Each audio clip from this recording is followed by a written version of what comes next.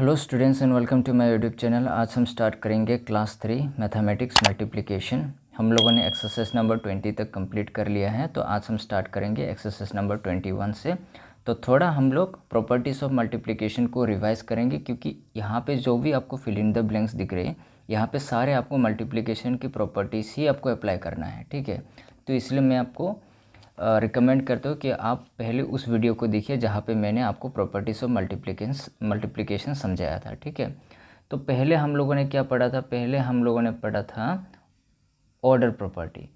तो order property के अंदर पे क्या होता है कि आपको यहाँ पे 2 नंबर्स मिलेंगे हमेशा, और मान चलिए यहाँ पे देख के रखे 5 × 3 इज़ इक्वल टू 3 × 5 देखिए रखेगा, ठीक है। तो 5 × 3 × 3 × 5 के मतलब क्या होता है कि यहाँ पे पहले मैंने 5 × 3 लिया था, तो इसी नंबर को मैंने जस्ट ऑपोजिट कर दिया, मतलब उल्टा कर दिया। तो पहले अभी 3 को लिख रही है और 5 को मैंने लास्ट में, जो कि पहले 5 को लिखा था लेकिन यहाँ पे पहले होना चाहिए था, लेकिन मैंने चेंज कर दिया, तो इसीलिए इसको ऑर्डर प्रॉपर्टी भी बोला जाता है, ठीक है।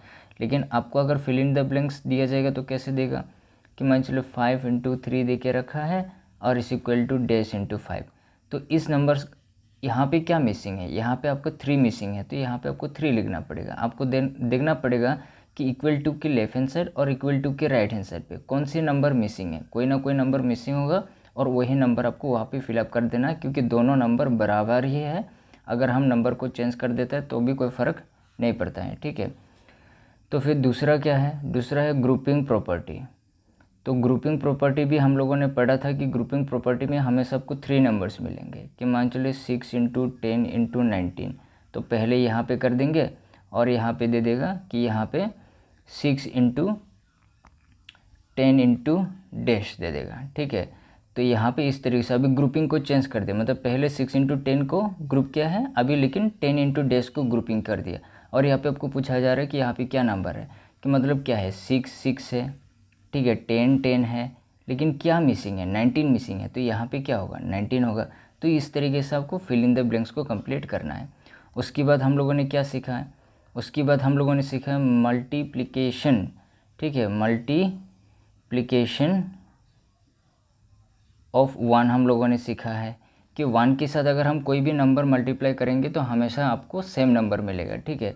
जैसे कि 200 × 1 करेंगे तो आपको क्या मिलेगा? 200 ही मिलेगा। तो ये हो गया मल्टीप्लिकेशन ऑफ 1।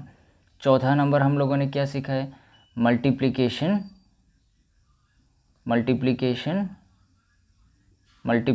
ऑफ हम लोगों ने 0 सीखा है, ठीक है। मल्टीप्लिकेशन ऑफ 0 सीखा है, क्योंकि अगर कोई भी नंबर है, अगर आप 0 के साथ मल्टीप्लाई करेंगे, ठीक है, मान चलिए 0 के साथ अगर आप मल्टीप्लाई करेंगे तो आपको क्या मिलेगा? आपका आंसर 0 ही मिलेगा। तो अब मल्टीप्लिकेशन ऑफ 0 के अंदर अगर कोई भी नंबर आप मल्टीप्लाई करेंगे तो आपको 0 ही मिलेगा। तो आपको फिल इन द ब्लैंक्स में कैसे मिलेंगे?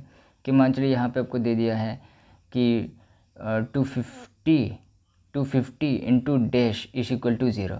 तो आपको सीधा सा सोचना है कि अगर यहाँ पे 0 है तो डेफिनेटली 0 से ही मल्टीप्लाई किया है, तभी तो आपको 0 मिला, ठीक है। तो इस तरीके से आपको फिल इन द ब्लैंक्स देगा। 1 के अंदर पे आपको मल्टीप्लिकेशन ऑफ 1 पे कैसे आ सकता है? आपको आ सकता है कि डैश × 1 इज़ इक्वल टू 200, ठीक है। तो यहाँ पे अगर 200 है तो आपको सोचना है कि 1 के साथ क्या मल्टीप्लाई किया कि आपको 200 मिला, क्योंकि 1 के साथ तो जो नंबर मिलता है, जो नंबर आप मल्टीप्लाई करते हैं वही नंबर मिलता है। तो इसका मतलब है कि यहाँ पे क्या होगा? 200 होगा, ठीक है। तो इस तरीके से आपको समझना है। उसके बाद हम लोगों ने सीखा लास्ट में डिस्ट्रीब्यूटिव प्रॉपर्टी हम लोगों ने सीखा। तो डिस्ट्रीब्यूटिव प्रॉपर्टी के अंदर हमेशा आपको 3 नंबर्स मिलेंगे, यहाँ पे भी जस्ट लाइक ग्रुपिंग प्रॉपर्टी, ठीक है। तो 3 नंबर्स कैसे मिलेंगे? मान चलिए 50 × 60 + 1, ठीक है, इस तरीके से मिलेंगे। फिर इस नंबर को बारी बारी से मल्टीप्लाई करते हैं, तो हम लिखेंगे 50 × 60 इस साइड में, 50 × 60, ठीक है। फिर यहाँ पे प्लस था तो यहाँ पे प्लस दे देगा, ठीक है। उसके बाद यहाँ पे 50 × डैश दे देगा, ठीक है। तो 50 × डैश दे रहा है, ठीक है। इसका मतलब क्या है कि यहाँ पे क्या है? 50 × 1 होना चाहिए था, यहाँ पे 1 मिसिंग है, तो यहाँ पे आपको क्या देना पड़ेगा? 1 देना पड़ेगा। तो इस फिलिंग द ब्लैंक्स में आपको इसी तरीका का जो मैच है आपको दिया गया है, बस आपको प्रॉपर्टीज़ को फॉलो करना है, ठीक है। तो चलिए अभी हम स्टार्ट करेंगे। तो देखो यहाँ पे 18 into dash is equal to 23 into 18, मतलब यहाँ पे 23 इस साइड में मिसिंग है, बस आपको 23 दे देना है, ठीक है। Dash into 35 is equal to 35 into 19, तो 19 मिसिंग है, तो यहाँ पे आपको क्या देना पड़ेगा, 19 देना पड़ेगा, ठीक है। यहाँ पे 67 इंटू 29, 29 इंटू क्या होगा 67 मिसिंग है, तो 67, ठीक है। 39 इंटू 84 इंटू 39 क्या मिसिंग है, 84 मिसिंग है, तो 84, ठीक है। 75 into dash is equal to 36 into 75, तो यहाँ पे देखो 36 एंड 75 है, इस साइड में 75 तो है लेकिन 36 नहीं है, तो क्या होगा 36 होगा, ठीक है। इंटू 96 इक्वल टू 96 इंटू 27, 96 तो है लेकिन 27 नहीं है, जो नंबर नहीं होता है उसी नंबर को जस्ट आपको फिलअप करना है। यहाँ पे अभी यूज़ किया गया मल्टीप्लिकेटिव प्रॉपर्टी ऑफ 1, क्योंकि 183 कब आएगा, जब आप 1 से मल्टीप्लाई करेंगे तभी 183 आएगा। यहाँ पे भी सेम 271 आया है, तो किसके साथ मल्टीप्लाई किया है, 1 के साथ, ठीक है। यहाँ पे 870 इंटू 1 क्या होगा, 870 ही होगा। 1 इंटू 986 क्या होगा, 986 ही होगा, क्योंकि अभी अभी मैंने समझाया था कि 1 के साथ जो भी नंबर मल्टीप्लाई करेंगे आपको वही नंबर मिलेगा, ठीक है। तो 192 इंटू 0 क्या मिलेगा, आपको 0 मिलेंगे। 0 इंटू 263 क्या मिलेगा, 0, क्योंकि ये मल्टीप्लिकेटिव प्रॉपर्टी ऑफ 0 यूज़ किया गया है, ठीक है। क्योंकि मल्टीप्लिकेटिव प्रॉपर्टी में कहीं पर भी अगर आप 0 से मल्टीप्लाई करेंगे तो हमेशा आपका आंसर 0 पे ही आएगा। तो ये जो है ग्रुपिंग प्रॉपर्टी, ठीक है। तो यहाँ पे देखो 9 है, 9 है, 5 है, 5 है, तो क्या मिसिंग है, 8 मिसिंग है, तो 8 को लगा दीजिए, ठीक है। 7 into 6 into 3, 7 into dash into 3 है, 6 मिसिंग है, तो आप 6 पुट कर लीजिए, ठीक है। उसके बाद क्या है 9 इंटू 8 इंटू 10, तो यहाँ पे 9 है और 10 है, लेकिन क्या मिसिंग है, 8 मिसिंग है, इसलिए 8 लिखेंगे। उसके बाद क्या है 3 into 15 into 7 into 3 into 5 into dash, तो यहाँ पे 3 इंटू 5 है, 3 इंटू 5 है, तो क्या नहीं है 3 इंटू 7 नहीं है, तो इसलिए यहाँ पे क्या होगा 7 होगा, ठीक है।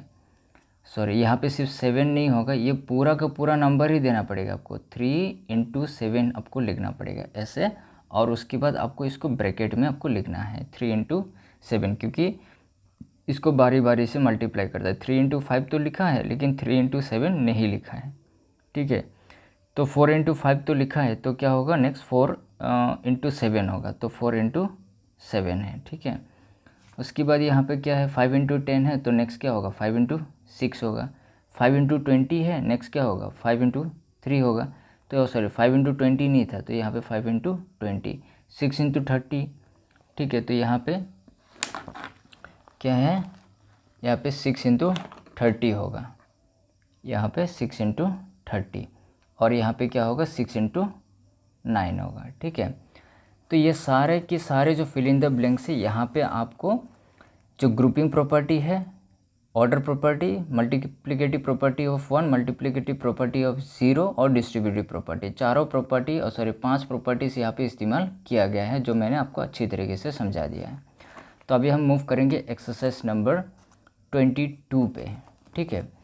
तो एक्सरसाइज नंबर 22 में टोटल यहाँ पे 16 क्वेश्चंस है, तो सारे जो क्वेश्चंस है हम 2 वीडियोस में कंप्लीट करेंगे। तो आज आपको पहला वीडियो मिलेंगे, इस वीडियो में आपको टोटल 1 to 8 हम सॉल्व करेंगे, ठीक है। तो स्टार्ट करता है। तो सबसे पहला जो क्वेश्चन है यहाँ पे है the cost of a ball pen is ₹5। तो बोल रहे कि एक, जैसे कि ये बॉल पेन है, ठीक है, तो अगर एक बॉल पेन का अगर 5 रुपया है, अगर 5 रुपीज़ है, तो इस तरीके से what is the cost of 8 such ball pens. तो अगर आप इसी तरीके से अगर 8 पेन अगर खरीदेंगे, ठीक है, 8 पेन अगर आप खरीदेंगे तो आपको कितना पैसा आपको देना पड़ेगा, ठीक है। तो यहाँ पे आप स्टेटमेंट कुछ इस तरीके से बनाएंगे, cost of 1 ball pen is ₹5, cost of 8 ball pen is ₹5 into 8। तो 5 इंटू 8 क्या होगा, अगर आप मल्टीप्लाई करेंगे तो 5 इंटू 8 आपको मिलेगा 40, ठीक है।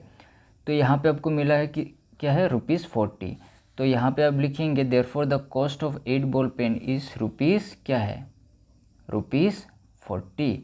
तो ये पहला आपका आंसर है, ठीक है। तो इस तरीके से आपको लिखना है। क्वेश्चन नंबर 2, क्वेश्चन नंबर 2 यहाँ पे देखिए रखा है there are 7 days in a week. एक वीक में 7 डेज होता है। अगर आप संडे से लेकर के मंडे तक या मंडे से लेकर के संडे तक अगर आप गिनती करेंगे तो आपको 7 डेज़ मिलेगा। तो 7 डेज़ मिला करके 1 वीक बनाता है। तो how many days are there in 9 weeks. तो इसी प्रकार से अगर 9 सप्ताह यहाँ पे आपको पूछा जा रहा है 9 वीक्स में कितना डेज होगा। अगर 1 वीक में 7 डेज है तो 9 वीक्स में कितना डेज होगा। तो यहाँ पे आप कुछ इस तरीके से करेंगे, अब लिखेंगे there are 7 days in a week. Total क्या है, एक वीक में 7 डेज है। Number of days in 9 weeks क्या होगा, 7 × 9 डेज। तो 7 × 9 अगर हम मल्टीप्लाई करेंगे तो आपको क्या मिलेगा, 63।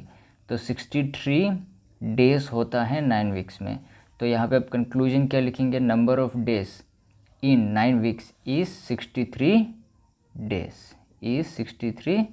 डेज। ठीक है, तो इस तरीके से क्वेश्चन नंबर 2 आपको फिलअप करना है। तो हम नेक्स्ट में मूव करेंगे।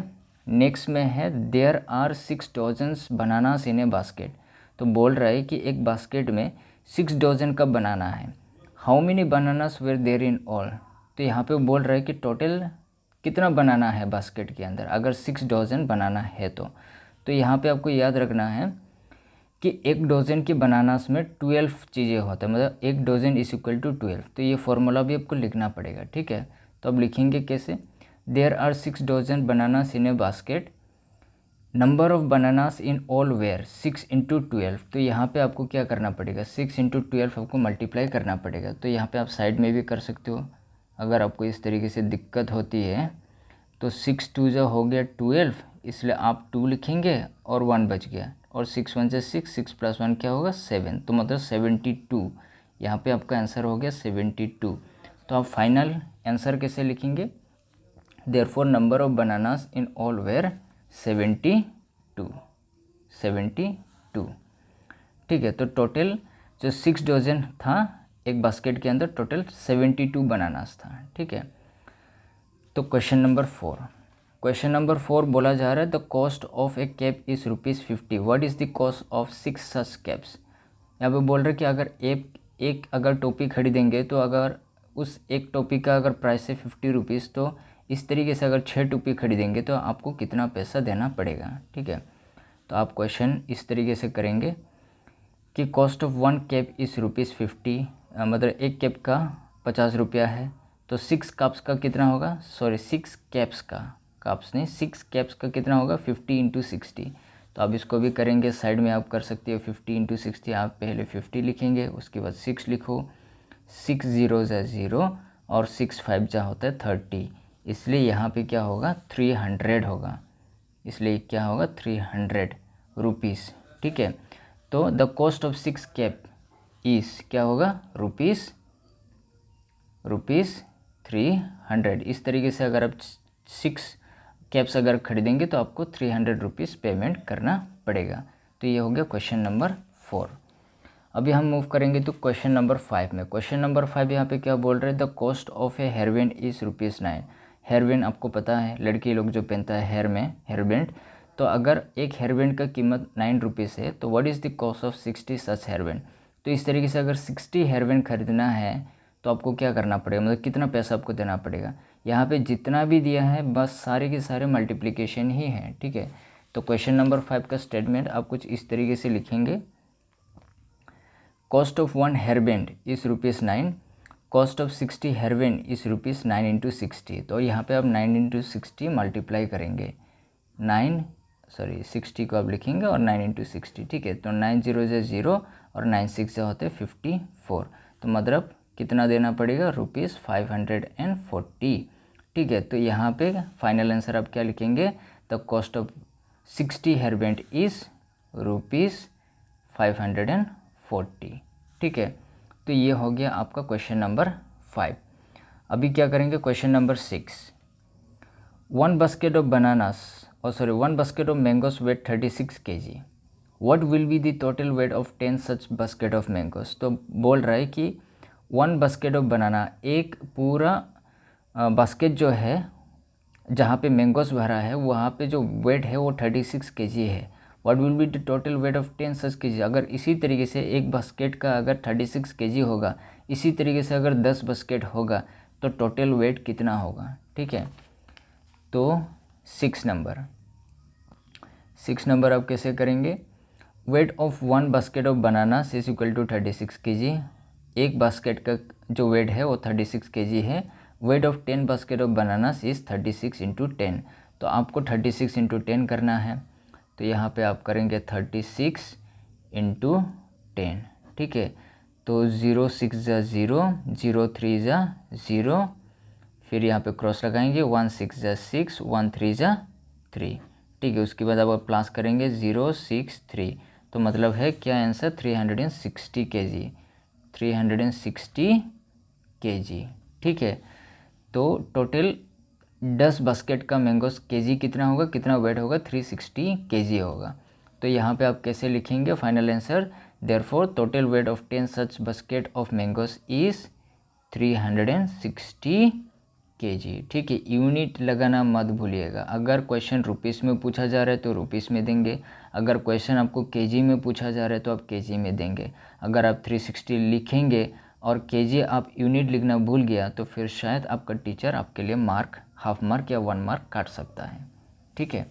तो क्वेश्चन नंबर 7, तो क्वेश्चन नंबर यहाँ पे 7 जो है, there are 18 sections in a school. तो एक स्कूल है जिसमें कि 18 सेक्शंस है। Each section has 50 students. एक सेक्शन पे 50 स्टूडेंट्स है।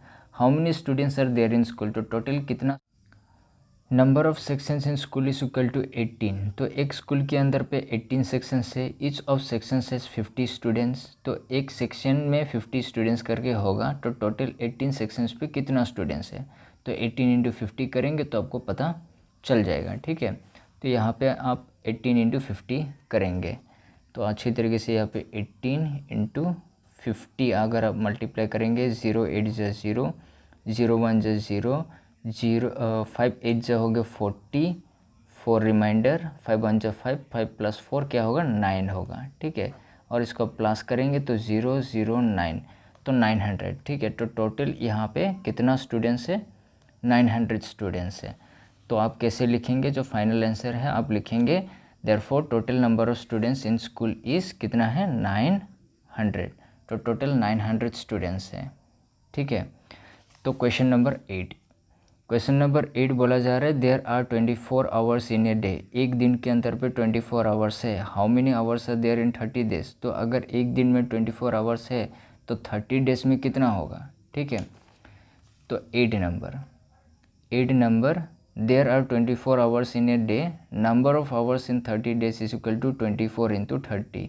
तो यहाँ पे आप साइड में कर लीजिएगा, ठीक है, ठीक है। 24 इंटू 30, 0 4 ज़ा 0, 0 2 ज़ा 0, 3 4 ज़ा 12 होता है, इसलिए आप सिर्फ 2 लिखेंगे, 1 बच गया है। 3 2 ज़ा 6, 6 + 1 क्या होगा 7, ठीक है। अगर आप प्लस करेंगे 2 7 तो 720। तो यहाँ पे आप लिखेंगे 720 और आवर्स, यूनिट लिखना मत भूलिएगा, ठीक है। उसके बाद आप फाइनल क्या लिखेंगे, therefore number of hours in 30 days is क्या होगा 720 आवर्स, ठीक है। तो क्वेश्चन नंबर 8 तक कंप्लीट हो गया है। तो बाकी का जो 8 क्वेश्चंस है हम नेक्स्ट वीडियो में कंप्लीट करेंगे। तो आई होप स्टूडेंट्स सबको समझ में आ गया है। Please like and subscribe my channel और इस तरीके से आगे आपको वीडियोस मिलते रहेंगे। Thank you so much.